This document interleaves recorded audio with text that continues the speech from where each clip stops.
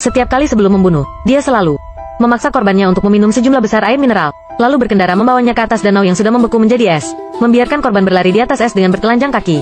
Tanpa terburu-buru, dia mengeluarkan gergaji listrik, dan mulai memotong sebuah lubang besar di permukaan es. Korban berlari dengan bertelanjang kaki, tetapi tenaganya sudah habis sebelum dia bisa berlari jauh.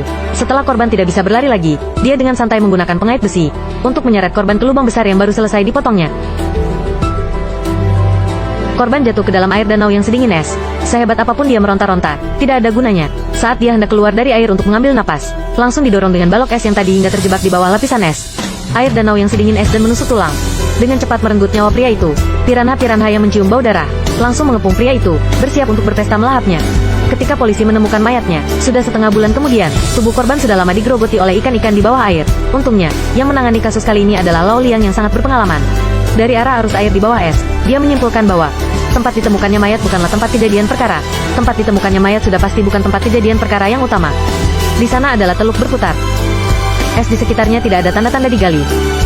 Dari sini 7 km ke arah hulu ada sebuah bendungan. Korban kemungkinan besar dilempar ke dalam sungai. Di suatu tempat di sepanjang 7 km ini, lalu dihanyutkan air sungai ke teluk berputar yang tadi. Lao Liang bergegas mencari di hulu.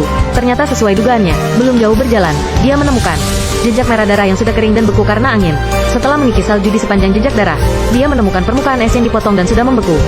Panggil anggota tim investigasi TKP kemari. Keesokannya, laporan autopsi dari Departemen Forensik sudah keluar. Di tubuh almarhum, ditemukan senyawa merkuri dalam jumlah yang sangat kecil. Menurut anatomi perut, senyawa merkuri ini dimasukkan secara paksa saat almarhum masih hidup. Namun takarannya hanya bisa dianggap sebagai jumlah yang sangat kecil, tidak sampai mematikan. Senyawa merkuri termasuk polutan, sangat sulit didapatkan oleh kebanyakan orang. Limbah seperti ini biasanya dihasilkan selama pemurnian logam, tetapi tidak bisa dibuang tanpa diolah terlebih dahulu. Jika tidak, akan menyebabkan polusi lingkungan yang serius, terutama pada air tanah. Setelah penyelidikan lebih lanjut oleh polisi, ditemukan kilang logam yang terbengkalai di dekat TKP. Karena pabrik itu sudah lama terbengkalai, biasanya tidak ada orang yang datang ke sini. Namun Lao Liang yang teliti menemukan serangkaian jejak kaki yang masih baru. Setelah menyusuri jejak kaki ini, Lao Liang menemukan bahwa jejak kaki ini mengarah ke TKP kasus pembunuhan di Sungai Es. Salju lebat musim dingin di timur laut Tiongkok akan segera melenyapkan semua jejak kaki. Mereka bergegas mengikuti petunjuk ini ke permukaan es. Asisten yang teliti mengikis salju yang terkumpul.